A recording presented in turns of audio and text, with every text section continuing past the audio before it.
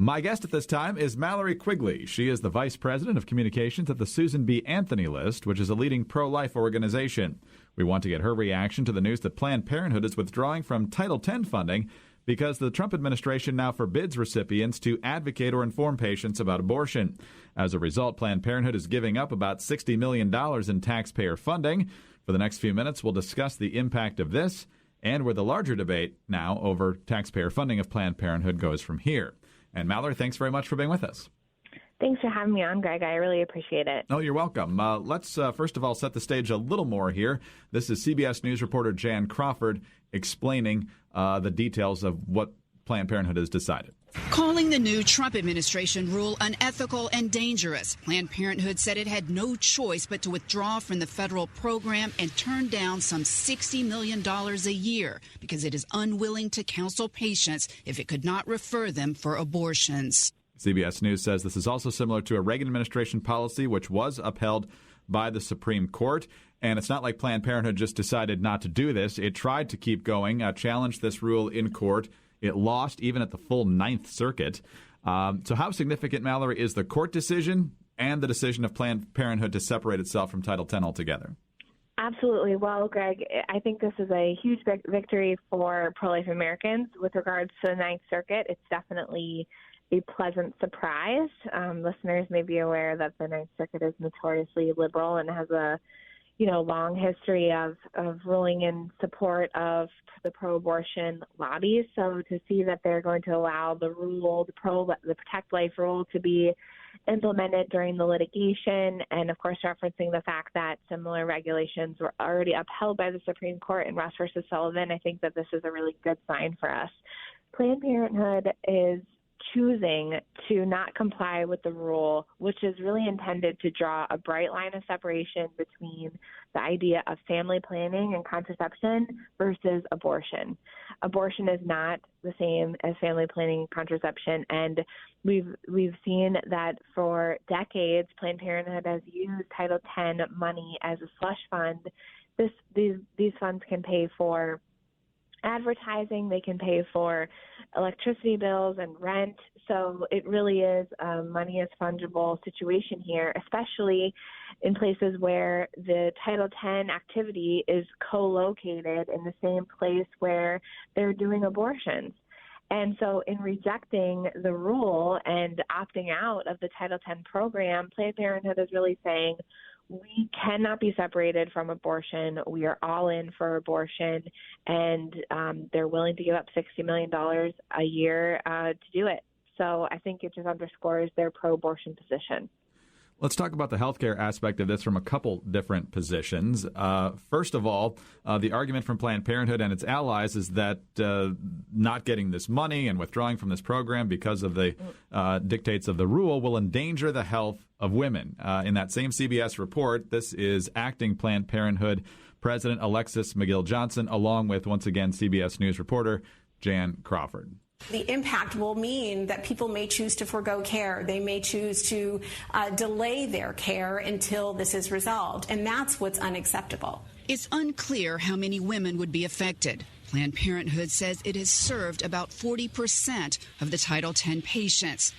So, Mallory, what's your reaction to the claim that many, many women will now not choose to pursue health care because Planned Parenthood doesn't have this money? I think that this is totally overblown. If you take a look at Planned Parenthood's own annual reports over the last 10 years, their services are down almost 12%.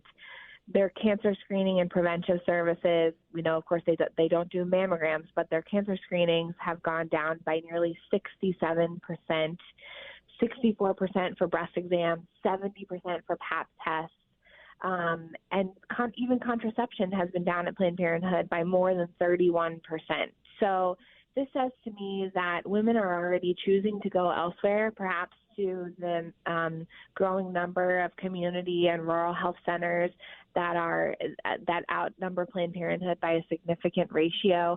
And Planned Parenthood could choose to continue offering these services. They reported $1.9 billion in net assets in the last year alone. That is excess revenue that's more doubled, $98.5 million to the previous year. So they're literally rolling in money over at Planned Parenthood. They do not need or deserve taxpayer funding because, as I mentioned before, according to their own annual reports, the only thing that has stayed the same or gone up has actually been abortion. Meanwhile, their other preventative care, already very limited, is been going down. Well, and it also begs the question, it might be a better question for Planned Parenthood, but if in fact your whole mission is to make sure that women get desperately needed health care, why would you decide to not give it to them if the money actually was the issue, based on what you can and can't say? Exactly right. I think that Planned Parenthood has really showed its true colors by prioritizing abortion over family planning and refusing to comply with this rule. They've made it clear that they don't just want to be able to talk to women in an unbiased way about their options, which, to be clear, the Protect Life rule does allow what is quote unquote non-directive counseling, which includes discussing the option of abortion.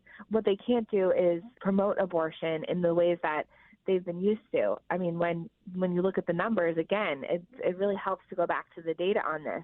For every 10 pregnant women that walk into Planned Parenthood, specifically pregnant women, 9 of them walk out having undergone an abortion. So that right there, tells us a little bit about how Planned Parenthood sees pregnancy and what they see as the best resolution to a pregnancy is. If they really, there's nothing in the Protect Life rule that prevents them from talking about abortion as an option, but it prevents them from specifically referring to go, into the procedure room, which in some cases could be just across the hall. We're talking with Mallory Quigley of the Susan B. Anthony list. And Mallory, I mentioned that quote just a moment ago was from the acting Planned Parenthood president, Alexis McGill Johnson. The reason they have an acting president is because they're fired their old one, Dr. Leanna Wen, and there was a variety of reasons there.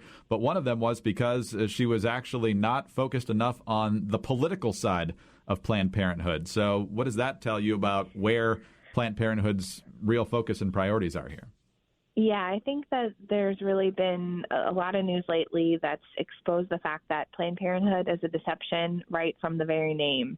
Dr. Wen tried to de-emphasize abortion. She wasn't actually taking any steps to stop Planned Parenthood from being the nation's largest abortion business, but she had a different strategy with regards to talking about it, and that was seen as not hardcore enough for Planned Parenthood's donors and for their board and for its employees. So she was fired. In fact, she was fired just a few days after she published an op-ed in the New York Times talking, very personally about a miscarriage that she had just experienced and the loss of that child. And she actually used language, that reflects the reality that the unborn child, the baby that she lost, was a person.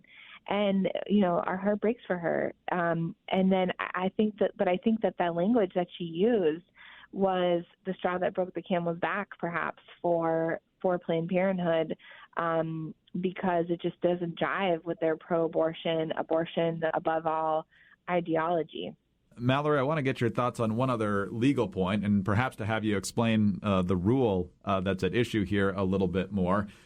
Because it was not that long ago, whether it was a year or maybe 2 ago, where the Supreme Court took up a California case in which, at that point, the state of California required speech from pro-life pregnancy centers informing patients that they did have the option of abortion. I could understand the argument coming now in the opposite direction. How can you forbid folks from counseling, at least that abortion is an option since it is legal? What would be your response to that? And talk about the rule a bit more. Sure. So the Protect Life rule specifically does not prohibit Title X providers from providing neutral, non-directive counseling about abortion. And that means that if the woman is leaning towards abortion, you can talk about the options, you can talk about what's at stake, but you can't say, and here's where to go get one.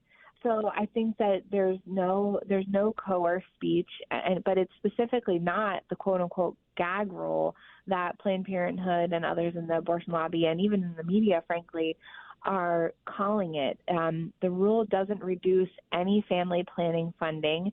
It's just directing our taxpayer dollars to Title X centers that are not promoting or performing abortions. A couple quick questions remaining for you, Mallory. First of all, this reminds obviously a lot of people about the efforts to fully defund Planned Parenthood. $60 million is a lot of money, but it's not the $500 million or more that Planned Parenthood does get from taxpayers every year. Is there any update on where that fight stands? I would imagine, since the Democrats control the House, that it's probably in limbo right now. Yeah, I think you hit the nail on the head. You know, the divided Congress is a difficult reality for pro-lifers, but that's where it stands. We have Speaker Pelosi and the pro-abortion majority in the House who are dead set against any efforts to defund Planned Parenthood on the counter of their Medicaid funding and that $500 million that you mentioned. You know, on the flip side, President Trump has promised to veto any bill or any budget that weakens existing pro-life protections. So things like the Hyde Amendment are kept in place. And that underscore, you know, it shows both the commitment on the part of the president as well as the pro-abortion leadership in the House to sort of, you know, we're going to be at a status quo situation until there's a change in Congress. But President Trump is doing everything he can from the administrative side of things, and that's why we see something like the Protect Life rule. And lastly, Mallory, the Susan B. Anthony list is obviously very active politically. You try to find effective candidates who will run for offices that can make a difference when it comes to assessing and voting on abortion-related legislation. This story would suggest that elections clearly have consequences, whether we're talking about the implementation of the rule itself or the nomination of judges to places like the Ninth Circuit, which will end up ruling on such things. I couldn't agree more. Elections have tremendous consequences for pro-life policy, and that's why, you know, what's really changed in these last few years is President Trump and the letter that he signed when he named my boss, Marjorie Dannenfelser, the president of his pro-life campaign coalition.